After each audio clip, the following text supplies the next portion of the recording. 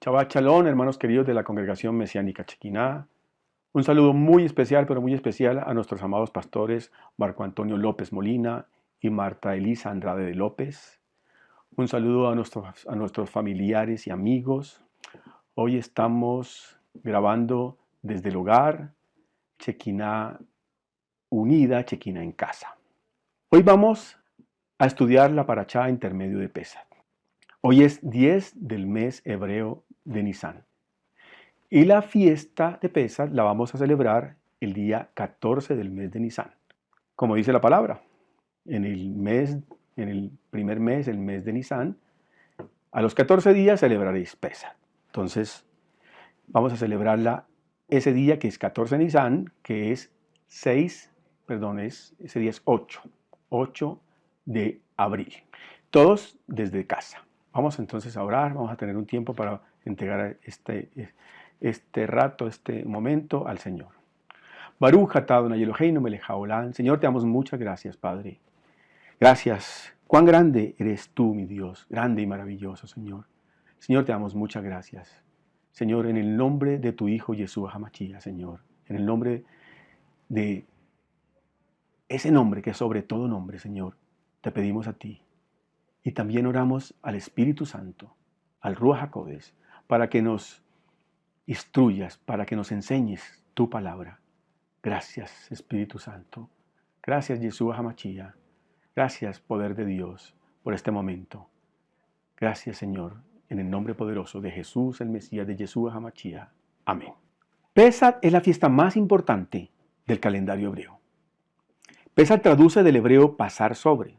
Es la recordación de cómo el ángel de la muerte enviado por el eterno Dios pasó sobre todo Egipto, sobre Misraim. Pero no tocó al pueblo de Israel, que estaba bajo la cobertura de la sangre del Cordero. El pueblo de Israel pasó de la esclavitud a la libertad. Pasó por entre el mar rojo. Pasó de la muerte a la vida. Algunos nombres de la fiesta son la fiesta de la liberación y también se conoce como la fiesta de primavera, de la primavera. Primero, entonces, la fiesta de la liberación. Porque nos recuerda cómo el Eterno, con mano fuerte y brazo extendido, liberó al pueblo de Israel de la esclavitud vivida en Egipto, Israel. El Eterno sacó de la esclavitud a su pueblo amado y al darle los 10 mandamientos les dijo en Éxodo 22, yo soy el Señor tu Dios, que te saqué de la tierra de Egipto, de la casa de servidumbre. El segundo nombre con que se conoce la fiesta es la fiesta de la primavera. Porque la salida de los hijos de Israel de Misraim aconteció precisamente en el mes de Nisan, el inicio de la primavera. Cuando llegue la noche de Pesach y te sientes a la mesa a celebrar la fiesta, trae a tu memoria lo que el eterno Dios hizo con su pueblo en Egipto. ¿Ha pensado alguna vez por qué Pesach se llama así? Pesach viene de pasar por encima de, pasar sobre. Dios había enviado 9 plagas sobre los egipcios para que Faraón dejara ir a Israel. Solo faltaba la última plaga, la muerte de los primogénitos. Era la plaga. Éxodo 12:2. Porque esa noche pasaré por la tierra de Egipto y heriré a todo primogénito en la tierra de Egipto, tanto de hombre como de animal, y ejecutaré juicios contra todos los dioses de Egipto, yo Adonai, yo el Señor. Éxodo 12:13. Y la sangre os será por señal en las casas donde vosotros estéis. Y veré la sangre y pasaré de vosotros, y no habrá en vosotros plaga de mortandad, cuando hiera la tierra de Egipto. Éxodo 12:22. Y tomad un manojo de hisopo, y mojadlo en la sangre que estará en un lebrillo. Y untad el dintel y los 2 postes con la sangre que estará en el lebrillo, y ninguno de vosotros salga de las puertas de su casa hasta la mañana, porque Adonai pasará hiriendo a los egipcios. Y cuando vea la sangre en el dintel y en los 2 postes, pasará Adonai a aquella puerta, y no dejará entrar al heridor en vuestras casas para herir. Recordemos que la sangre hizo parte de la 10ª y última plaga que el eterno Dios envió contra Egipto, contra Misraim. Durante las 9 plagas anteriores, el pueblo de Israel no tuvo participación. Fueron testigos de cómo cada una de las plagas cayeron sobre Egipto y ellos no fueron tocados. Sin embargo, en esa última, la muerte de los primogénitos, Dios le dijo al pueblo de Israel que debía hacer algo para que la plaga de la muerte no los tocara. Aquí Dios le pide al pueblo, tienen que hacer algo. Hasta este momento no han hecho nada. Dios los ha librado. Pero ahora, en esta última plaga, Dios demanda de Israel algo, un acto de fe. Éxodo 12:7. Y tomarán de la sangre y la pondrán en los dos postes y en el dintel de las casas en que lo han de comer. Aquella noche, Adonai redimirá a todo aquel que tuviere la señal de la sangre en su puerta. Esa era la demanda.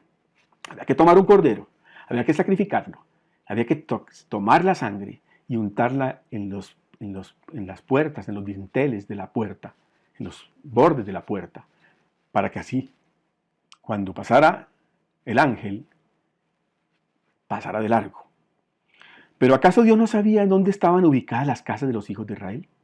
Claro que sí, Dios todo lo sabe. Y por esto es que sabía dónde estaba cada uno de los hijos de Israel.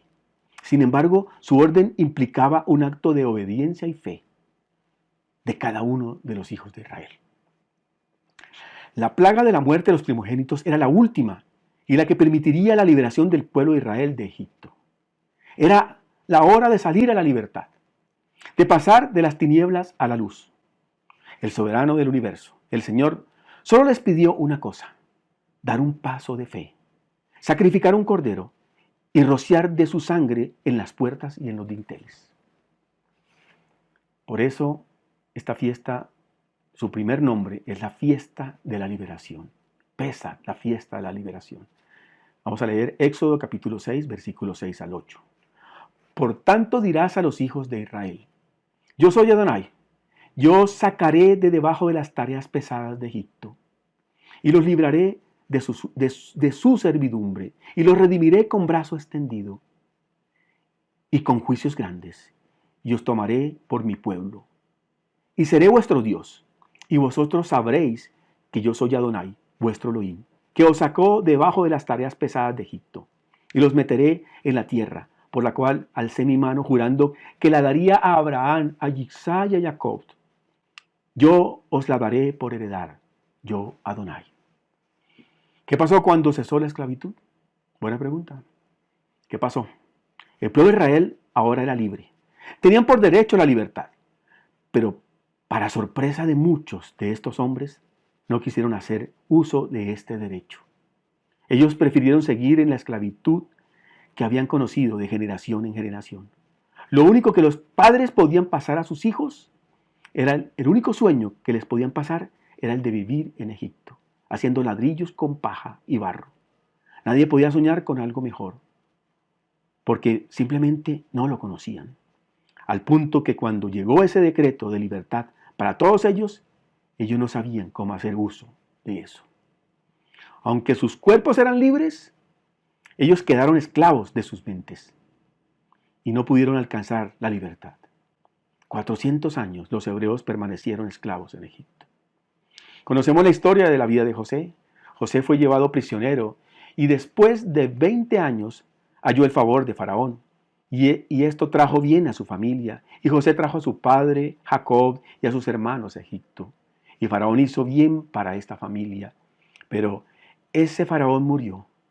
Y se levantó otro Faraón que no conocía a José. Esto lo encontramos en Éxodo 1, 6 al 14. Y murió José y todos sus hermanos y toda aquella generación.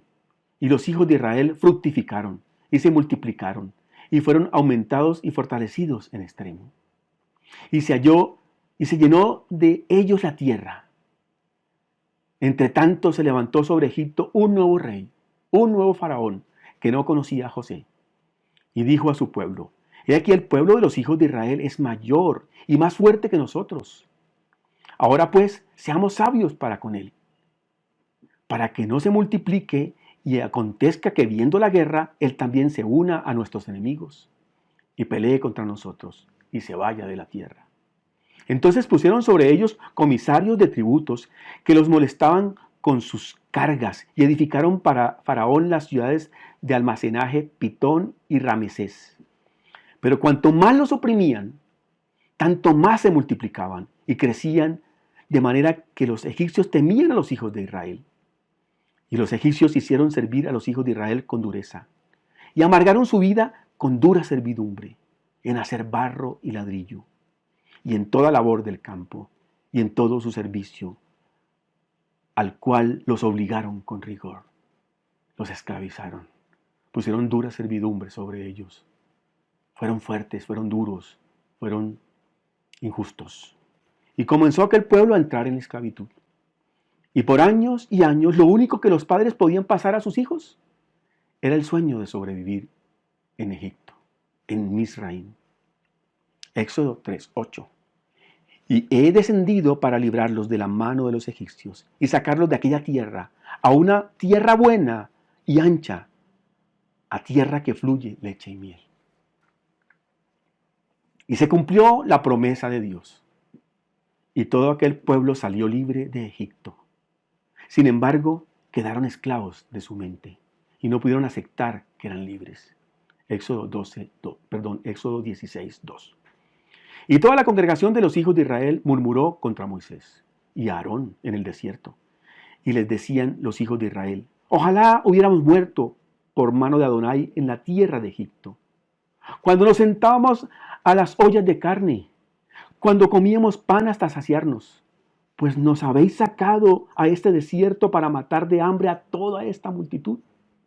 Números 11:4. Y los hijos de Israel también volvieron a llorar y dijeron: ¿quién nos diera a comer carne? Nos acordamos del pescado que comíamos en Egipto, de balde, de los pepinos, de los melones, los puerros, las cebollas y los ajos. Y ahora nuestra alma se seca, pues nada sino este maná ven nuestros ojos. Miren hasta dónde llegaron. El maná, pan del cielo. Dios le había mandado maná para alimentarlos. Pero no vieron, no lo pudieron ver como bendición. Israel pensó que no podían tomar posesión de la tierra prometida, la tierra que fluye leche y miel, porque esta tierra estaba habitada por gigantes. Eso pensaban ellos. Números 13:31. Mas los varones que subieron con él dijeron: no podemos subir contra aquel pueblo, porque es más fuerte que nosotros. Y hablaron mal entre los hijos de Israel de la tierra que habían reconocido, diciendo: la tierra por donde pasamos para reconocerla es tierra que traga a sus moradores. Y todo el pueblo que vimos en medio de ella son hombres de grande estatura. También vimos allí gigantes, los hijos de Anac, raza de los gigantes. Éramos nosotros, a nuestro parecer, como langostas. Y así les parecíamos a ellos. No vieron la tierra, vieron los gigantes, no vieron la bendición. El problema de Israel nunca fueron los enemigos, los gigantes. No, ese no fue el problema. El problema de Israel era la incredulidad. Una incredulidad que venía por consecuencia de una mente esclava. Porque la mente esclava no les dejaba creer. Ellos no podían creer en todo lo que Dios tenía para ellos. Porque eran libres del cuerpo, pero eran esclavos de mente. Israel no tenía ningún problema en creer que Dios estaba con ellos, en saber que Dios existía. Pues ellos podían ver la manifestación de la columna de nube de día, que los protegía del sol abrasador del desierto. Y podían ver la columna de fuego de noche, que los calentaba del frío intenso, de las noches en el desierto. Habían visto cómo Dios les había abierto el mar. Les había dado agua de la roca. Ellos podían comer del maná todos los días. Sus ropas no se envejecieron y su calzado tampoco. Deuteronomio 8:2-4. Devarim 8:2-4. Y te acordarás de todo el camino por donde te ha traído Adonai tu Elohim estos 40 años en el desierto. Y te sustentó con maná, comida que no conocías tú ni tus padres. La habían conocido, para hacerte saber que no solo de pan vivirá el hombre, mas de todo lo que sale de la boca de Adonai vivirá el hombre. Tu vestido nunca se envejeció sobre ti, ni el pie se te ha hinchado en estos 40 años. Su vestido no se envejeció, su pie no se hinchó. Tenían el sustento, tenían la comida, el maná que descendía todos los días como un rocío en la mañana, y lo recogían y hacían tortas con él. Dice que el maná les sabía a algo maravilloso, pero tampoco lo vieron. Poderosos milagros. El problema que ellos tenían era que ellos no podían recibir nada de lo que Dios tenía para ellos, porque su mente esclava no les permitía alcanzar. En el desierto Dios los bendecía y ellos no veían esa bendición. Los sabios llaman a esta bendición, ellos dicen, era la bendición del desierto. La bendición del desierto era la provisión, el sustento. No les faltaba el pan, la protección divina. Israel salió libre del cuerpo, pero seguían esclavos en su mente. Y por eso muchos no pudieron entrar en la tierra prometida. Deuteronomio 8, 7 y 10, al 10.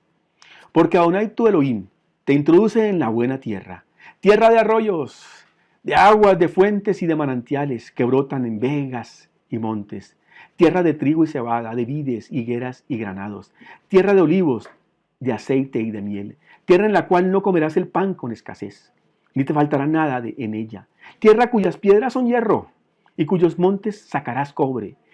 Y miren este versículo, y comerás y te saciarás, y bendecirás a Adonai tu Elohim por la buena tierra, y comerás y te saciarás.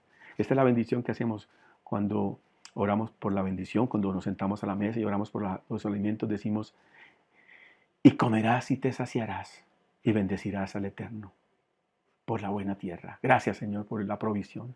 Gracias, Señor, porque no nos ha faltado nada. Que hemos estado aquí en casa, Señor, y hemos tenido lo suficiente y no nos faltará nada porque tu palabra dice que no nos faltará nada. Los israelitas tuvieron que pasar el desierto para entrar a la tierra prometida. Era un viaje de tan solo 11 días. Atravesando el desierto, derecho. Pero les tomó 40 largos años. Y la mayoría no entró. De los miles que salieron, muy pocos entraron en la tierra prometida. De los miles que salieron. ¿Recuerdan cuándo salieron? En la noche de Pesach, el día 14 de Nisan, dice que salieron todas las huestes de los hijos de Israel. Eran 600,000 hombres, más las mujeres y los niños y sus ganados. Los sabios dicen que eran más de 2 millones de personas caminando por el desierto. Pero pocos entraron a la tierra prometida por su incredulidad. Dice la palabra que solo Josué y Caleb y los niños y los jóvenes menores de 20 años, solo ellos lograron llegar a la tierra prometida.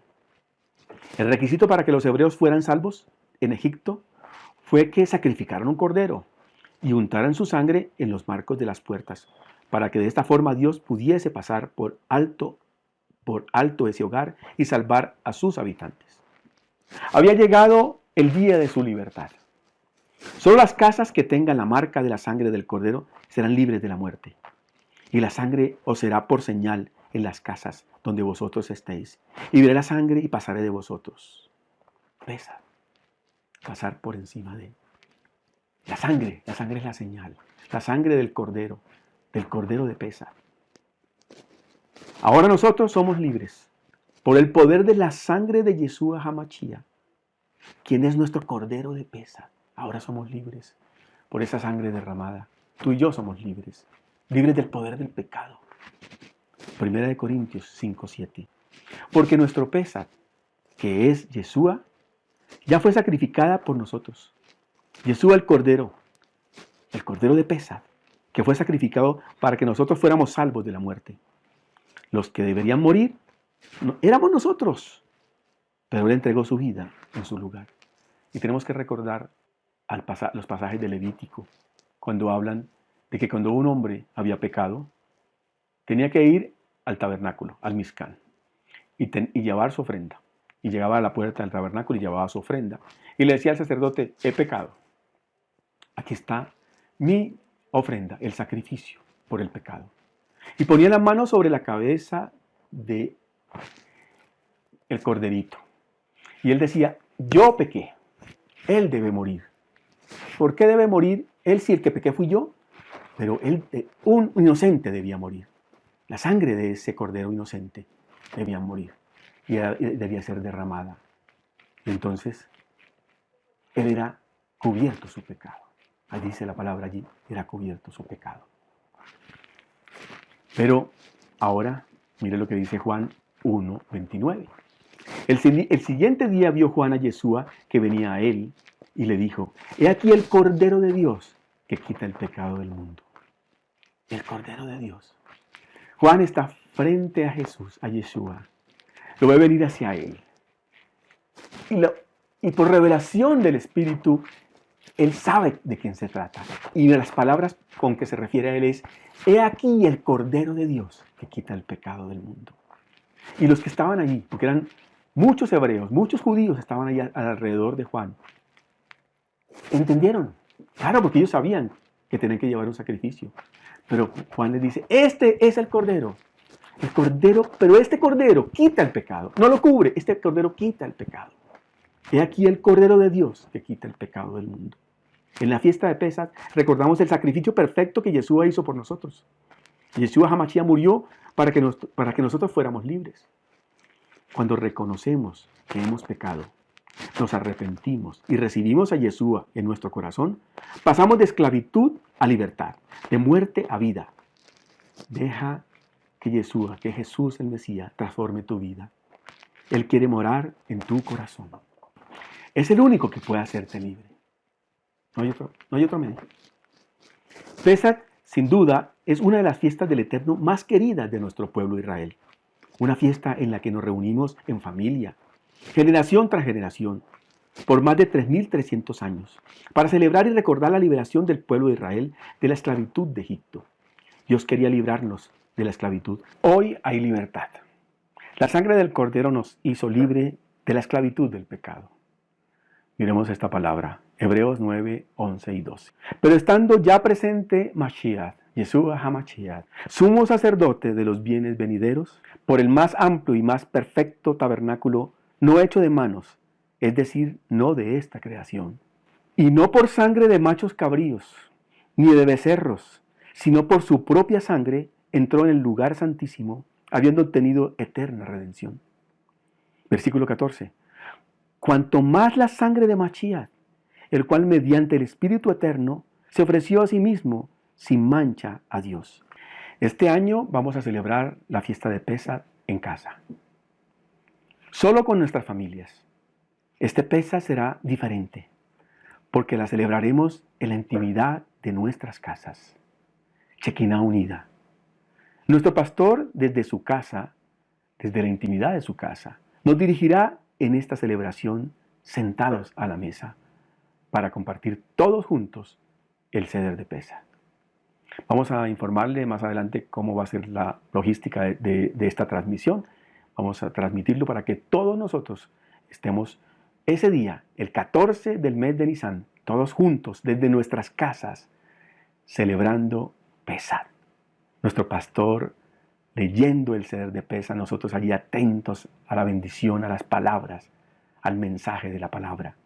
Preparémonos durante estos 4 días que faltan para la fiesta, sabiendo que nuestro Adón Yeshua es nuestro Pesach.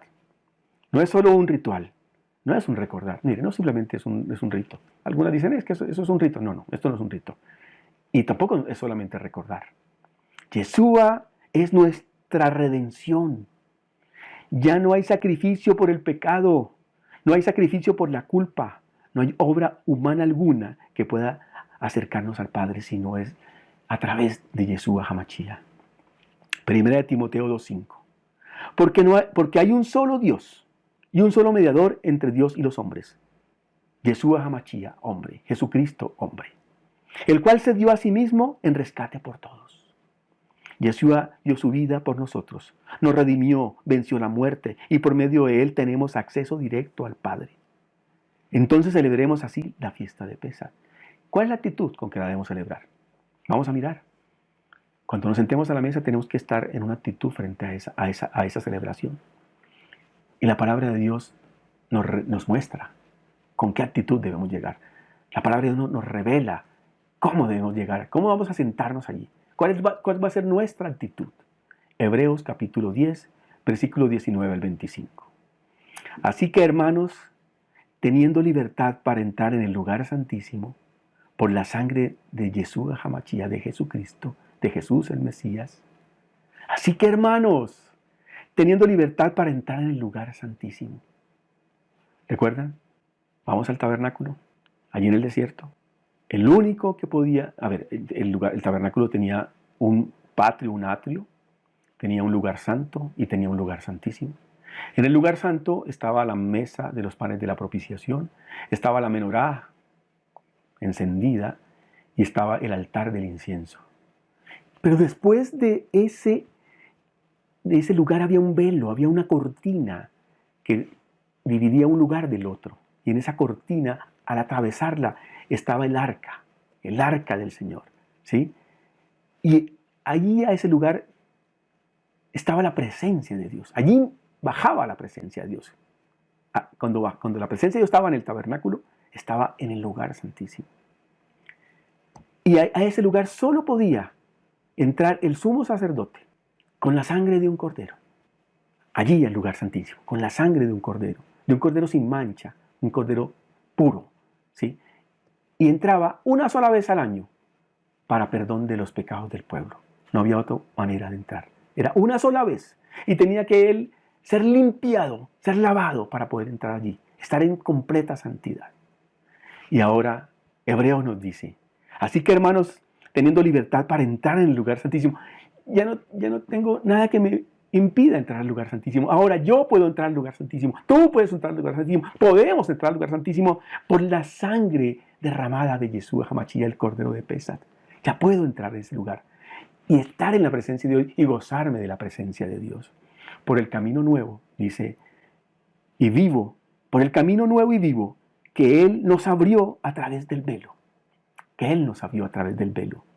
Esto es de su carne, por su muerte allí en el madero. Él rompió, ese velo se rompió. Cuando Él muere en el madero, como sacrificio vivo por nosotros, el velo se rasga ese velo y tenemos acceso directo al lugar santísimo por la sangre del Cordero. Teniendo un gran sumo sacerdote sobre la casa de Dios. Tenemos un gran sumo sacerdote, Jesucristo, Yeshua el Mesías, el sumo sacerdote por excelencia. No del orden levítico, sino del orden de Melquisedec. Acerquémonos con corazón sincero. Esa es la actitud que la palabra nos pide, con la que debemos acercarnos a la fiesta de Pesaj, a la mesa de Pesaj. Acerquémonos con corazón sincero y con plena certidumbre de fe. Esto es creyendo que lo que estamos haciendo es real. Dice que debemos celebrar Pesaj por generación por generación. Nuestros padres la celebraron, las siguientes generaciones la van a celebrar hasta que el Señor venga. Dice, y un día la celebraré con ustedes. ¿Recuerdan el texto también que leíamos en la lectura? Dice que Él va a celebrar con nosotros una fiesta de Pesaj cuando venga por segunda vez. ¿Cierto? Él va a tomar la copa, ¿sí? Y va a orar con la copa, esas copas que oramos en la fiesta de Pesaj. Acerquémonos con corazón sincero, en plena certidumbre de fe. Purificados los corazones con corazones purificados, corazones limpios, de mala conciencia. Y lavados los cuerpos con agua pura, que nuestros cuerpos estén libres, que nuestro corazón sea libre, que nuestra alma esté libre, pura, lavados. ¿Sí? Lavados, aquí cuando habla de lavados es lavados por la palabra. La palabra aquí representa también esa agua que lava, que limpia, la palabra de Dios. Versículo 23. Mantengámonos firmes sin fluctuar. Aquí nos pide, bueno, actitud. Vamos a actitud. ¿Cómo debemos mantenernos? Mantengámonos firmes sin fluctuar. ¿Qué es sin fluctuar? Sin dudar. No podemos dudar. No, Señor, ¿qué va a pasar? No vamos a dudar. Tenemos plena certeza de que Dios está con nosotros. ¿Cierto? Sin dudar. Porque fiel es el que prometió. Él es fiel. Él lo prometió. Él no se arrepiente. Él no es hijo de hombre para que mienta y mucho menos para que se arrepienta. Versículo 24. Y considerémonos unos a otros para estimularnos al amor. Y considerémonos unos a otros para estimularnos al amor y a las buenas obras. Recordemos que este tiempo es un tiempo diferente, un tiempo difícil también para algunas personas, inclusive para algunos, ¿sí? De pronto alguna persona no tiene el sustento, ¿sí? En estos días salía yo a comprar unas cosas en alguno de estos supermercados y a la puerta del supermercado había un hombre. Y este hombre era un hombre joven, no era un hombre tan viejo. Y un hombre me dijo, Señor, ahora que entre a comprar, ¿me regala algo para llevar a mi casa? Mire esto, ¿me regala algo para llevar a mi casa? Esto tocó mi corazón, claro que sí. Hay necesidad. El mundo está pasando momentos difíciles. Y entré y compré las cosas que iba a comprar y compré algo para este hombre. Y al salir le di una bolsa con algunas cosas que había comprado. Y ese hombre me miraba con una actitud de agradecimiento. Gracias, gracias. Decía, gracias, Señor, Dios lo bendiga, Dios lo bendiga. ¿Sí? Dios lo bendiga. Claro que sí. Dios nos bendice si tenemos un corazón dispuesto para servir. Y tenía que ir a otro lugar, a seguir haciendo compras. Y en la puerta de ese lugar encontré a dos jóvenes, más bien con necesidades, ¿no? Y uno de los jóvenes se acercó y me dijo, Señor, tengo hambre, ¿me da algo para comer? Y entré, también hice las compras y salí y compré algo para que ellos comieran. ¿Cómo nos quedamos callados?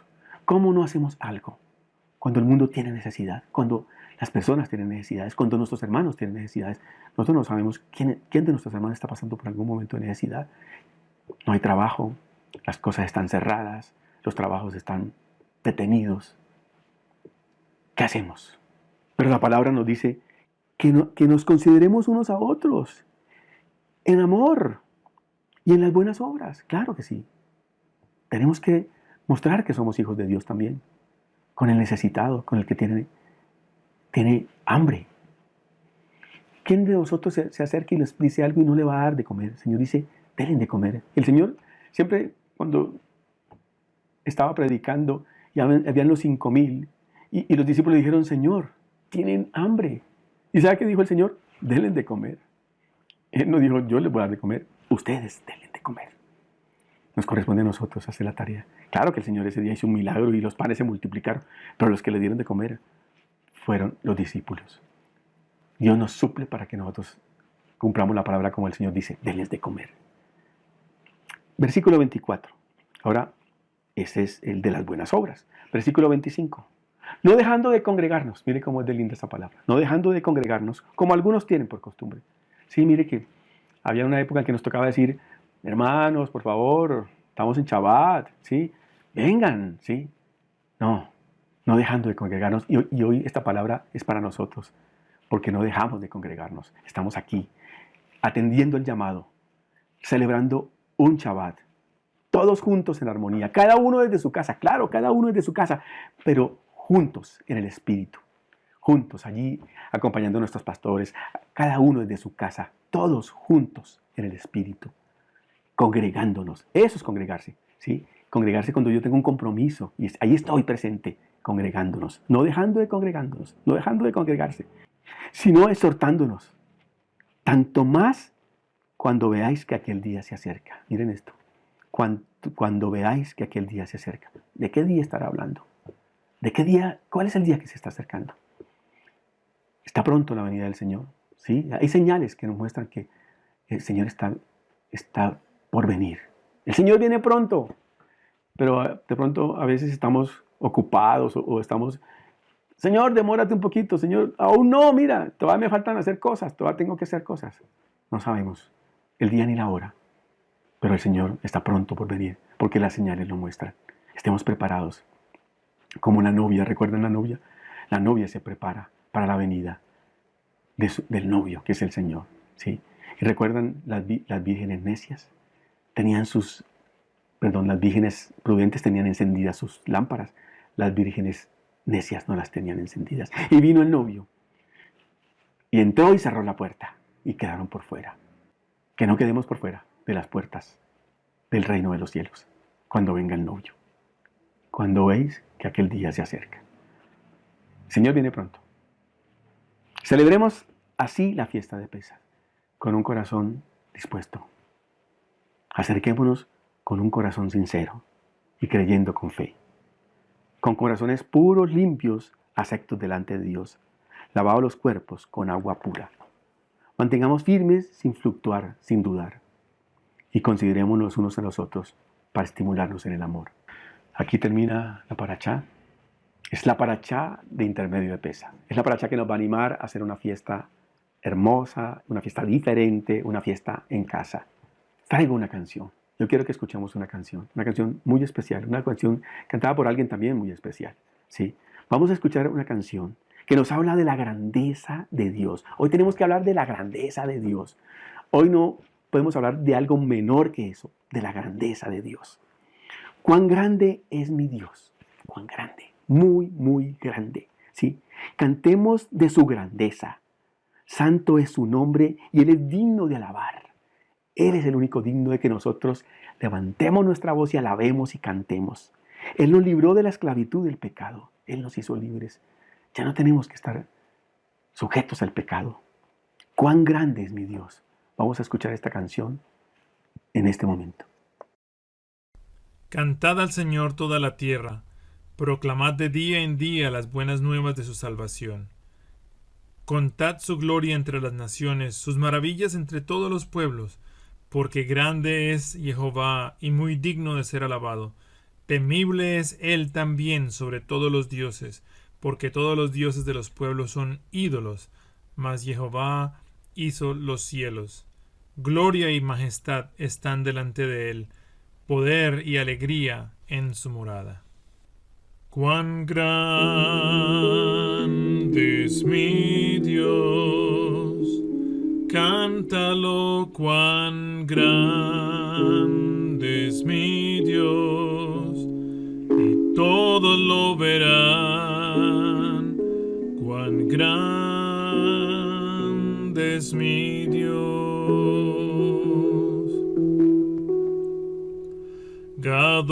Gadol Elohai, Shiru ki gadol Elohai, kol echad yireh ki gadol Elohai.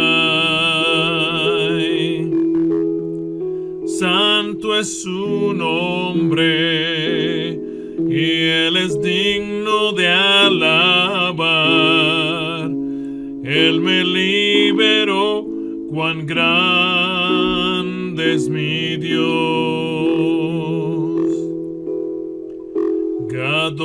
Gadol Elohai, Shiru ki gadol Elohai, kol echad yireh ki gadol Elohai.